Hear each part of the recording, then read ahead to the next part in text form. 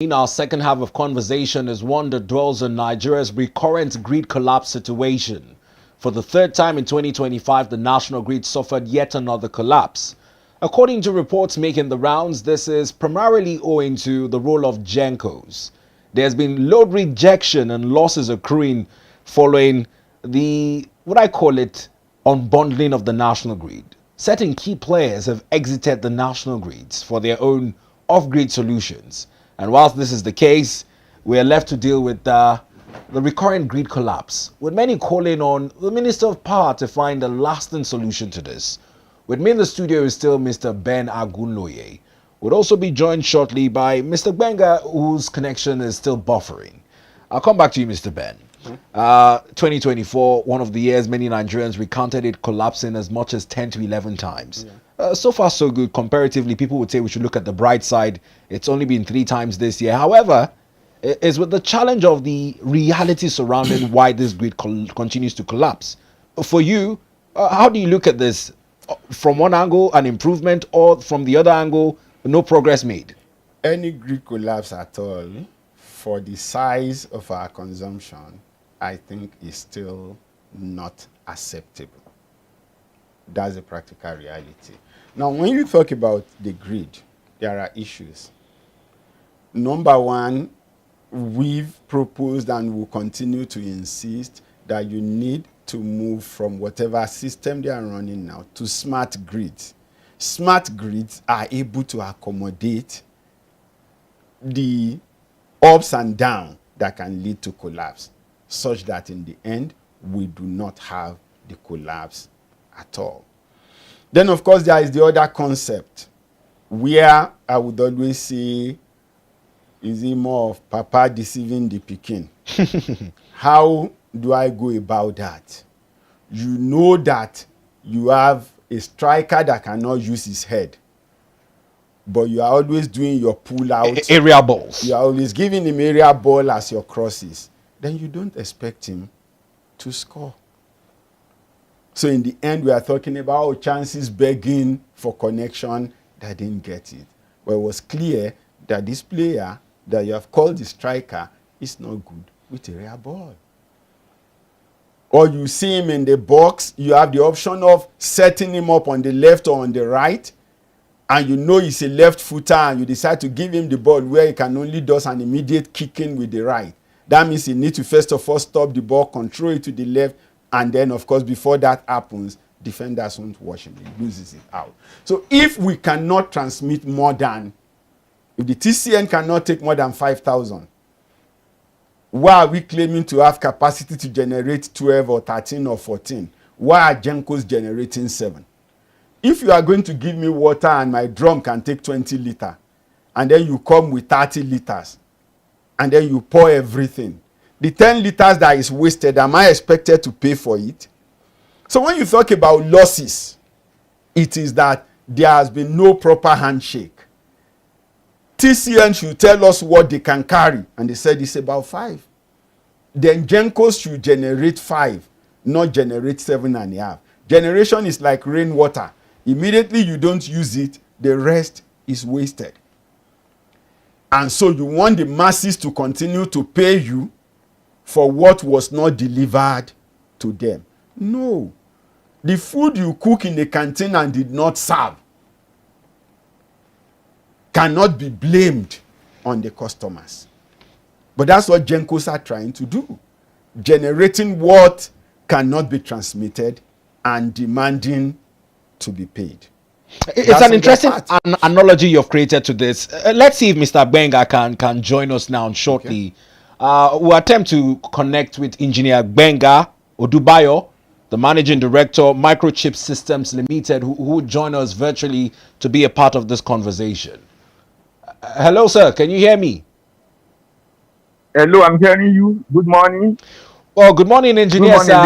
It's nice to have you join us on the conversation. Mr. Ben has created quite the most simple analogy as to why we're not having a sufficient handshake to avert frequent grid collapses. What's your view in that regard? Thank you very much. Me, I would talk like a player in the profession, in the company. in the business and as an engineer. Grid collapse are caused by many factors. Number one, from generation to transmission to distribution along the value chain, you can have grid collapse. That the recent one that happened yesterday, a particular generation company tripped, and when it tripped, it dropped down the load accidentally, and that caused instability. Grid collapse is instability. It's like you are running on a 4-wheel as a car, on your car, running like 100 km/h, and accidentally one of the tire got deflated. For the period before you stabilize the car will not be swerving left, right. You now have to stop the car and fix the tire for you to continue your journey or driving. That is what happens when there's a grid collapse. Meaning that along the value chain, there is a disruption either from the generation, transmission, or distribution. What happened yesterday was distribution. When there was a generation company that dropped the load below 1,000 megawatts, and there was instability. So because of that, we have issues. Another that can cause grid collapse is when there's along the transmission line, maybe there's a vandalism or a treat or one of the substations, maybe like a transformer, catch fire or has a technical problem. Even the distribution is not well allocated. There can be low rejection. Like now, if Abuja can only handle 200 megawatts, and you give Abuja 300 megawatts, because they cannot handle it, there will be a return back. And that will stabilize the system, because it's a shock to Abuja distribution. And when it bounces back, it also affects the system. So we see that all these things happen. But the reason why we are having this in Nigeria is that we are still having national grid centralized. We need to decentralize our national grid so that what happened in Sokoto will not affect somebody in Lagos. What happened in Ibadan will not affect somebody in Maiduguri or Abuja. So, and it takes time, it takes money. So these are the issues that we are facing in Nigeria, that we are experiencing collapse, that will throw the whole nation into blackout and lots of revenue and resources, because the companies, the business that rely on this energy will be cut off. Like yesterday in Abuja, some places don't have light for about 15 hours. So it's a problem that we need to really solve. And the easier to solve it is, number one, decentralize the grid. Number two, upgrade our transmission line. Before we get to decentralizing the grid, the challenge now is with this load rejection, like you cited, over 1,800 megawatts thereby rejected. How does would I call it the TCN, manage this load rejection? People are talking about learning from what is ongoing in Aba and how they've been able to manage their power crisis over there. How do we deal with this load rejection? But load rejection have been taken care of, but sometimes in allocation, maybe the people that the system that allocate may accidentally allocate more than what a disco can take. That's when you call load rejection, because like now, you have a machine or a vehicle that can only carry 20 tons of load, and you put 30 tons of load on that vehicle, on that truck, it will reject, it will collapse. So, but it hardly happens. But what we're saying is that the transmission and the distribution need to be upgraded to meet what the generation is supplying. Like my brother there, Mr. Ben, mentioned that why should you give somebody what you know that he should not take? The reason is that so sometimes generation generates above. There are what we call attenuation, losses along the way. So that generation would give you 7,000 megawatts, losses along the way. By the time it gets to the distribution, maybe it drops to like 6 or like something like 5. It happens along the way. So if you want to give generation exactly the value they need, they can accommodate. What to get to them may be less than what they need. So sometimes we call attenuation along the line, drop in energy, in the power, you have to give more.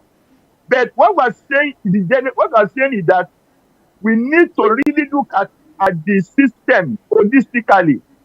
Some substation have weak transformer, weak infrastructure that cannot take all this power. So it's a really a problem to the nation, because at this time, we should not be talking about something happening somewhere affect the whole nation. So that's why I'm saying that it's not about load rejection always. That won't happen. Like what happened yesterday is that a generation station picked up and it dropped the load drastically below what accommodate, and I mean below what the system can take, and it's caused system instability. So that's just about it. Well, very interesting concepts to this, Mr. Gbenga. I'll just like for us to look at another angle to this conversation, the off-grid solutions. We're aware that major players across 4 states have also left the grid. The presidential villa as well is one of such persons that's left the grid. Conversations on alternatives as regards renewable energy, solar. What do you make of this as an alternative solution to the current frequent grid collapse? Thank you very much. You see, we call it energy mix because it takes time to be able to bring our transmission to be at par with generation, and distribution to be at par with generation. Like Mr. Ben said there, we're generating about 12,000 to 13,000 megawatts capacity. But that's the capacity. But our transmission about 7,000 megawatts. Distribution that can take like 5,000 above megawatts. So because of that, the government look at it that in order to make energy more available to other consumers, let institution and government establishment move to the solar, which is the alternative energy mix, so that we can give more energy to people. Like now, if all institutional energy, like now, campuses are being taken to the mini grid, taken from up to mini grid, hospitals like teaching hospital, like as you know, the presidency. All these institutions, by the time they are taking up grid, it makes the energy available to other consumers to consume. So it's part of the energy mix you can have. Like now, some states can come with their own mini grid and establish their own solar supply, and from solar supply.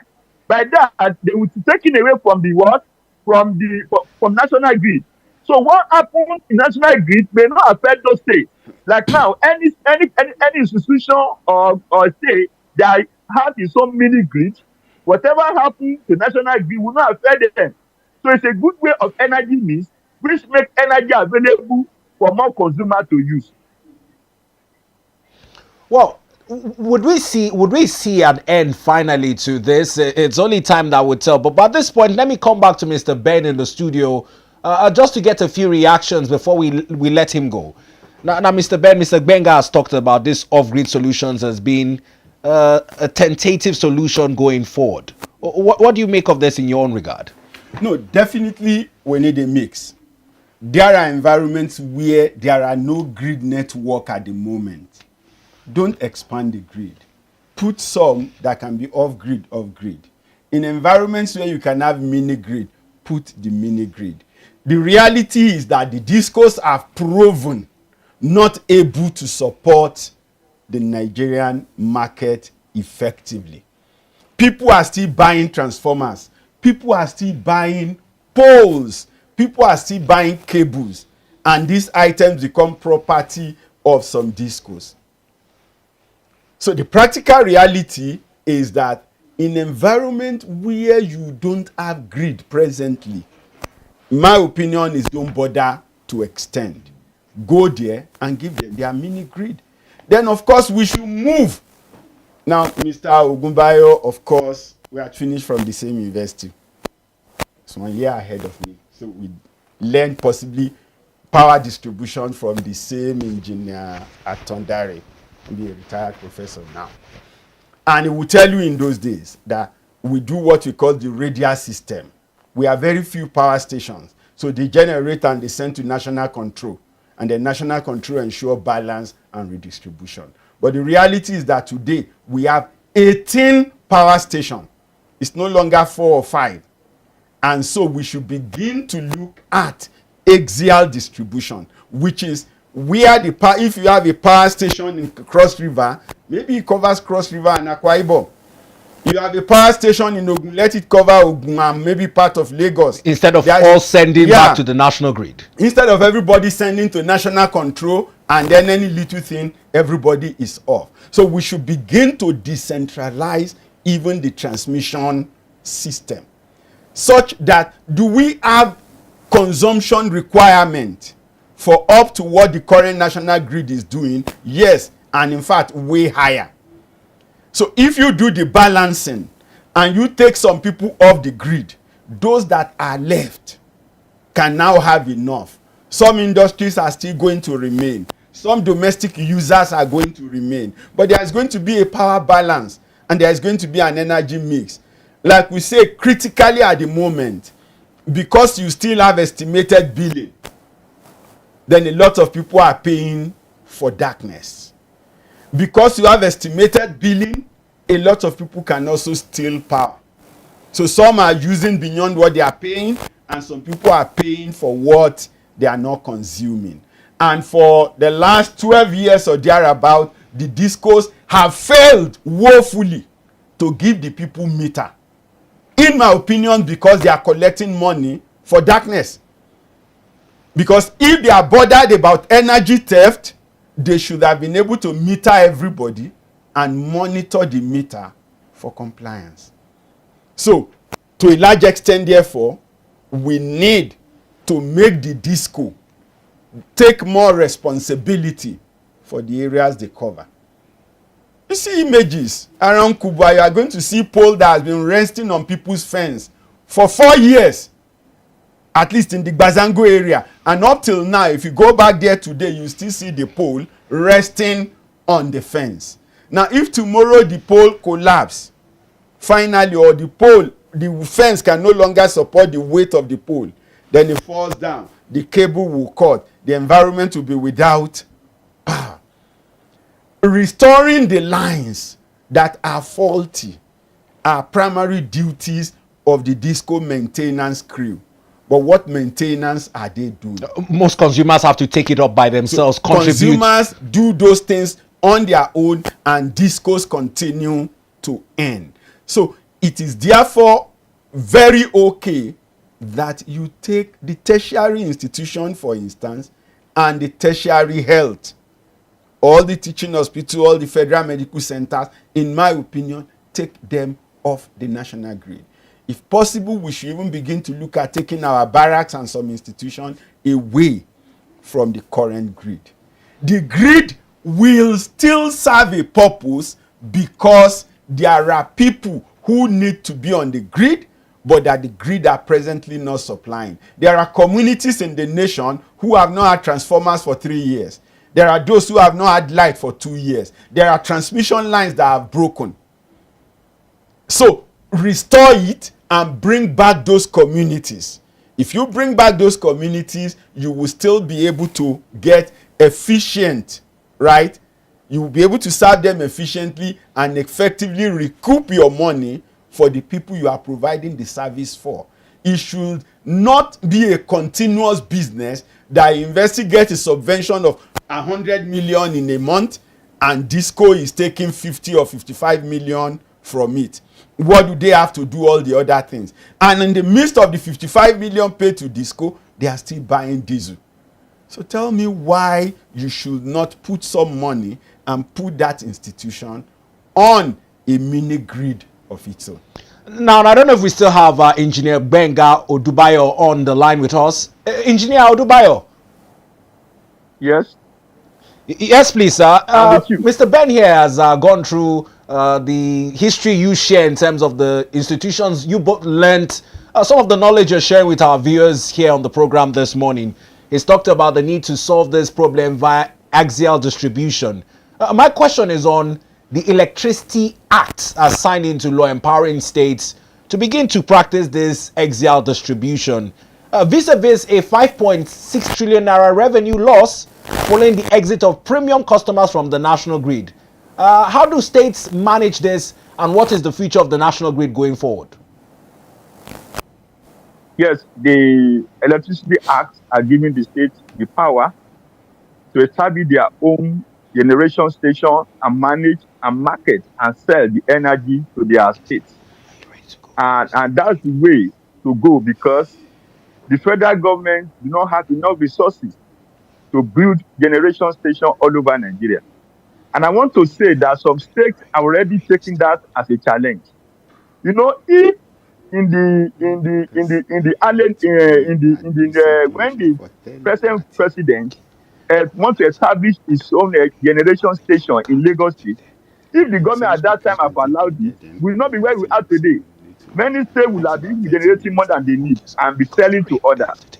So, but now that we have signed this into law and have now given the state empowerment, the state government should take this advantage and establish their own mini grid. I mean, maybe hydro, using solar or wind, or as the case may be, resources in their area to establish it. This will help to take the burden from national grid, and the state cannot generate their own supply and supply the people there. And you see that it will encourage investors to come to those states. It will create employment, because today, let me tell you, if we can get a sum of about 12,000 megawatts in Nigeria today, our GDP will nearly double, because energy is to everything. We need power to power every other thing. A barber shop, a business center need power. But today, many of them are not the burden of generator. That's why today the productivity is low and the profit is not there, because the money you spend to run the business is huge. And the same will happen to the bigger factories and industries over Nigeria. Many have already closed shop now because of the problem of this. Now that we are like now, they are taking gas from Lokoja, from what you call this place in Kogi State to the north. So you can also use gas to generate power. The state in the north can get connected to this gas pipeline. I am generating power to communities and to industrial area. All industrial hubs in the north now can get connect and can get source of energy from gas and be powering their own establishment. So this is a way forward, because if we want to wait until we increase our generation to 20 megawatts, increase transmission to around 20 megawatts, it takes money and it cannot happen in the next 10 years. So the solution is for us states to get into this and take advantage of this. And also, like I said before, the gas being moved to the north, to Kano and Kaduna, the companies and industrial hubs can generate their own power and use the power to power their industry and factory. And that will really boost our economy and increase productivity and have more money and create employment. Well, Engineer Odubayo, I want to refer to some facts on ground, particularly in 2024, when NEC had licensed 24 bulk consumers to generate their own power and another 22 off-grid projects, both adding over 289 megawatts of capacity outside the national grid.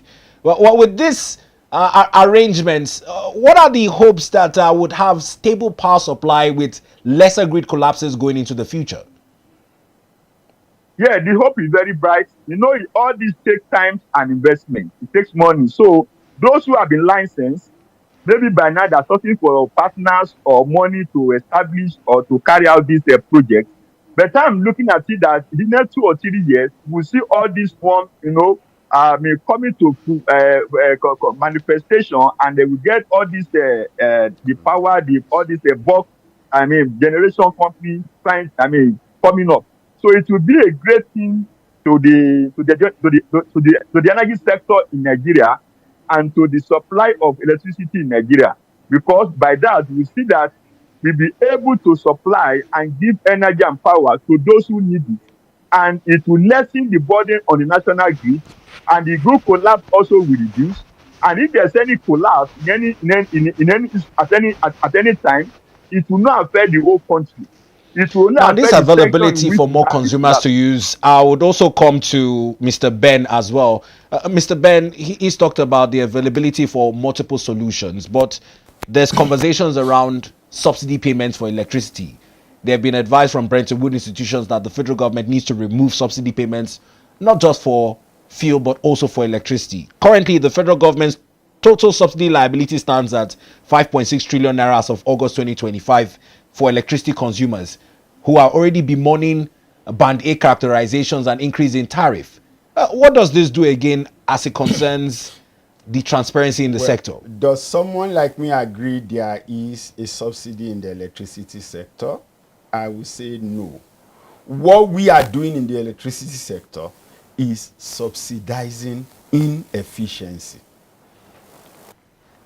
You cannot be generating more than what can be transmitted and expect the consumer to pay for it. You cannot claim that you have transmitted what was not distributed and expect the consumer to pay for it. So I think that now you can also not say because you have transmit and distribute, people who have no transformer in their locality and can therefore not use the electricity to pay for it. So I think that government need to effectively monitor the process. What can we transmit? What are you generating? Why do you need to generate excess? What justification do you have for that? And why should the man on the street pay for that excess that is generated, that was never transmitted and was never distributed? Why should the man on the street pay for what you transmitted but did not get to any distribution network? That's, you call it line loss. The line loss in Nigeria can be huge because the cables are cut, a lot of things here and there are not functional. And the people should not pay when the transformers are down. So I think that at the current level of business, discos are comfortable, like I said, because they can make people pay for darkness.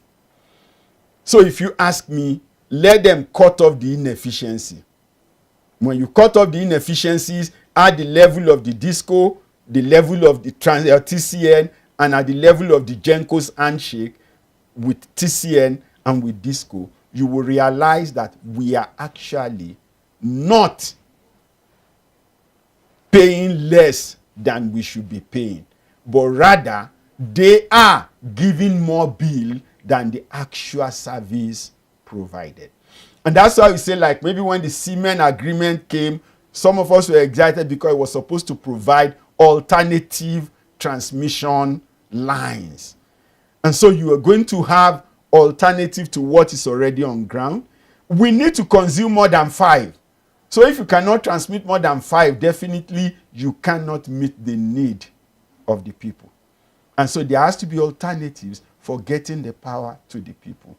And if you're talking about subsidy, the opportunity for standalone are there, off-grid and mini-grid. So let people fund their off-grid and their mini-grids. By the time they do that, you would actually not be subsidizing.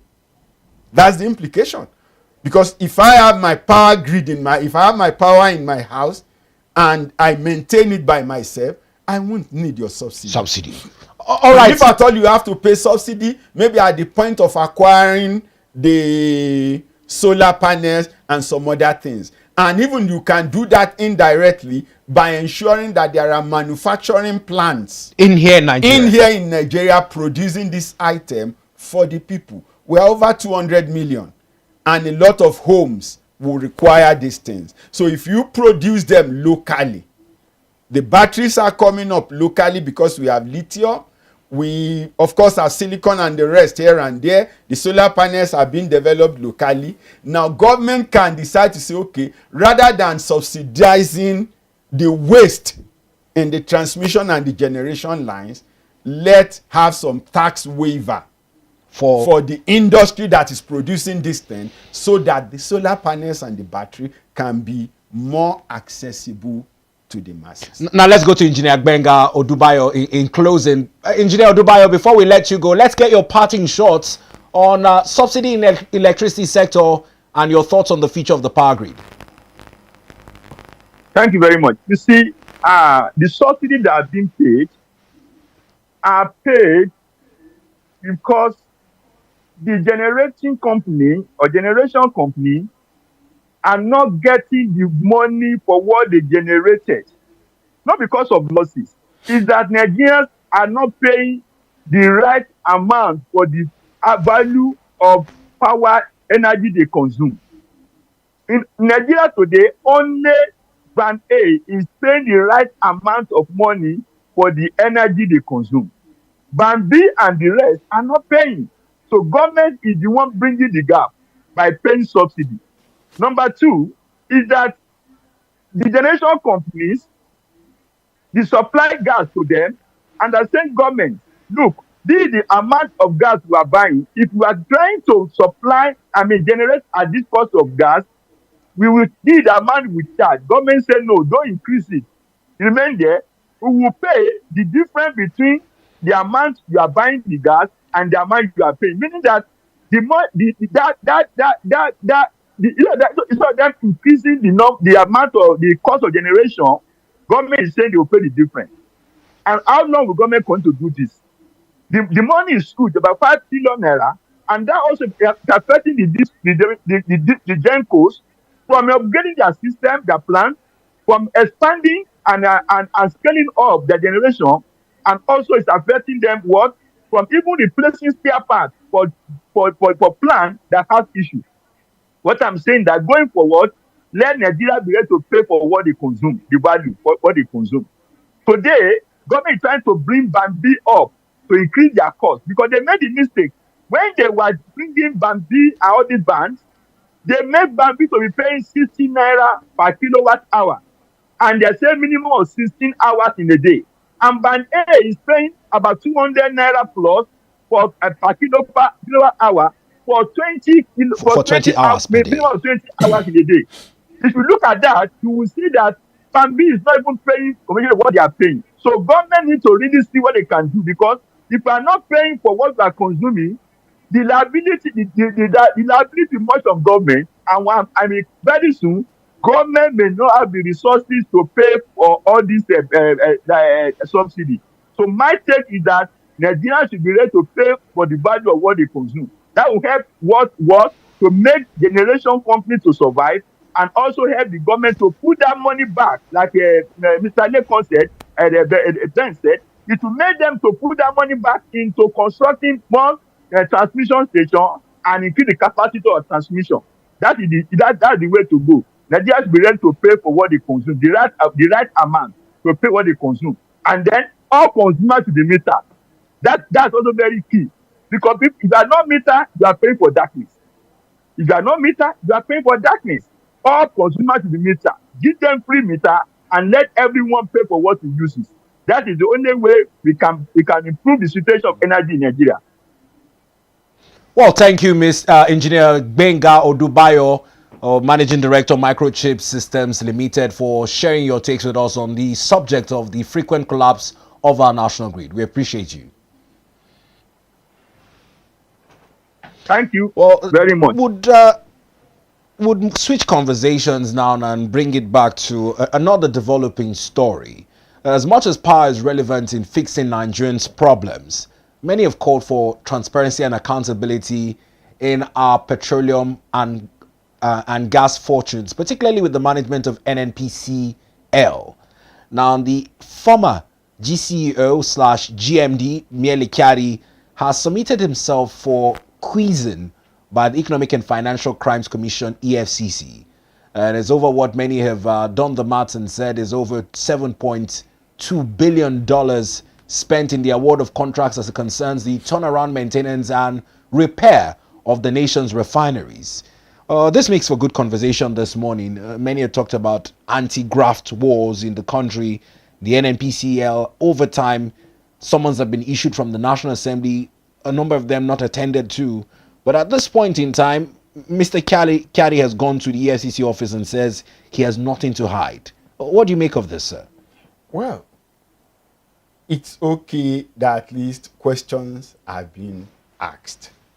it is also good that he's been there to interface with them. Now, investigation is not tantamount To prosecution. to prosecution or to guilt.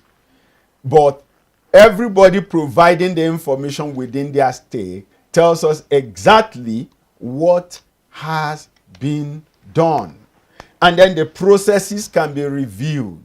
Of course, some of the claims that we've heard before now has to do with inflated invoices, not following procedures and the payment pattern, and allowing everybody to have their say gives a more balanced perspective as to the whole story. And then the bottom line will then be, we can trace and find out where exactly is the failure. Where is it that the story did not add up? Who are responsible for the gaps that have been created that end up ensuring that money had been paid for jobs that were not done. So I think it's appropriate that you're having the group chief executive officer, of course the group financial director, the group procurement director should also, all the other GEDs should be questioned, at least for those that are involved in finance, in procurement, in project management, so that we know exactly what transpired and what went wrong. So it shouldn't just be a wide allegation against some. No, let's know exactly who and who is involved. What exactly were the processes that were breached? What was it that was not supplied that was paid for? Who were the people that influenced the supplies? At what point? What kind of approvers were available?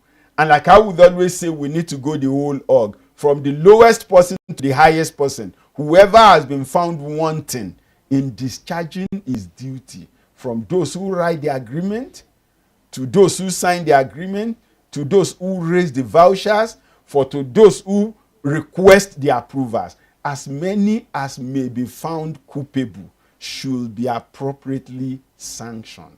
Until there are consequences for wrong action, the wrong actions will continue. So it is okay that he is being asked. It's okay that you are not locking him up and creating any build-up. No. Any Let drama. everybody be free, at least at this stage of harvesting information. But be also sure that wherever they may be in the world, when the trials and the proper information have been put together, whoever has been involved can be picked up. Now on this involvement, you've touched on a very sketchy subject now, because the current National Assembly issued invitations to the current GCEO, Engineer Bayo Julari. And many Nigerians from more or less an uninformed angle were asking, why not go after the former GCEO? Now the conversation is that there was a handing over, that documents and the course of service under Mr. Mele Kyari must have gone through a proper handing over to Engineer Bayo Julari. And if there are any questions to answer on involvement, he should also come and answer some questions. The net is getting wider. What's your level of satisfaction on the due diligence that needs to be done to unmask the masquerade in the operations of the NNPCL? Well, the National Assembly did not resume yesterday. And they also have had series of House Committee on Petroleum Sector. So the question we also want to ask them is, what have they been doing from 2007 till now as people who have oversight function? What record has the National Assembly kept? What information is available at their disposal? They are an institution, and so there should be an institutional memory from their own side as people with oversight function. If they have none, then it is a failure on their part. Then to, of course, give the new man in office 1 week or this to 48 hours to come up with this and that, I think sometimes is not good enough.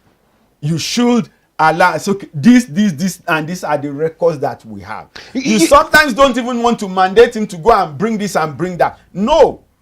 What's wrong with a spot check? some people were supposed to have this procurement process. We want to see the records. There is a NNPCL in place. NNPCL should also be responsible for answering some question in this manner, because when you say wrong process, procurement process, I think that is part of the responsibility of NNPCL. Therefore, transparency in the extractive industry, is it not? So if they are there for transparency in the extractive industry, and we are saying the process had not been transparent, or the process had been fault with malpractices, then what is NNPCL report on that process? So the National Assembly should have their institutional memory, NNPCL should have their own memory, and then there is the NNPC. So these three records should be brought side by side, and then we can now look for what are the gaps, what is there that did not add up, what was wrong in the process. Because we would always say it's the people, then the process. If the process had been defined, the next thing is to look at, was it followed? Now, whether it's NNPCL or NNPC, they will possibly tell you, oh, they have international certifications here and there for standards. And ISO simply says, say what you do what you say, write it down. So at this point, where it's about what is written down. Now, in closing, it's important to point out that there are also international ties to the amounts of monies missing. Unremitted funds is a better way to put it. About $21 billion, which is tied to 7 international oil companies. I remember when there were deliberations, 3 committees of the National Assembly were to look into it. It was under the provisions as enshrined in the Production Sharing Contract Act as well. When it happens in that magnitude, 7 international oil companies, it's the challenge that how does it go under the radar that $21 billion can be left unremitted? Anything it's possible when there is no due diligence. Anything is possible when there are no oversight. Take children in a house, for example. They could operate the remote and control the TV. If you are not careful, they will stay awake all night watching cartoon. Right? So it has to be somebody spot checking and ensuring that they do what they are supposed to do. So if there are agreements and there are sharing formulas, what provision do we add in place to ensure that those processes are monitored? It might not be available on the open street to everybody, but I think that to DPR, to NNPCL, to the National Assembly Committee on the Oil Sector, they should be able to ask for maybe a monthly report. But if we have said for so long, money has been going missing, and then remittances were not done, and nobody is giving a report, or there were no sanctions for it, it shows that there is a gap somewhere. And so we should be more concerned about, number one, taking charge of the present, going to the future, to say, okay, on weekly basis, there should be a release of NNPC transaction. What were the amount of oil produced? What was the volume of number of barrels exported in the course of the week? What were the contraction? All those details, there should be a way of putting them together. I think I remember was he in the Hope 93 campaign. MKO did said something like every Nigerian will know how much oil barrel we produce per day and how much oil barrel is lifted out of the country. So it tells you that that has been, he operates in the oil sector at the time. So definitely it tells you that there is a dark space. I remember when Sanusi, the Emir of Kano, was governor of CBN, and then he said money are not remitted or money are missing. And then the next moment they come in and said he's misinformed. He doesn't know what He's saying. Because there is no transparency. If the CBN governor is misinformed, then who are the people on the street not to be misinformed? And rather than deride or defend anybody, I think that a platform should be set up, whether by NNPCL or by National Assembly or by whoever, to ensure that there is actual transparency happening in We must thank you, Mr. Ben. We've come to the end of the conversation. You've touched on a subject that would revisit, that is conflicts in the acts guiding extraction of mineral and also the PIA. It seems as though there are some conflicting provisions as to who can oversight and who is answerable to who, but that's a conversation for another day. We must appreciate you for your wealth of knowledge and input on the program this morning. Thank you very much. Well, this is where we draw the curtains to a close from our Abuja studios this morning. I am Beat O'Brien, thanking you for starting your day with us.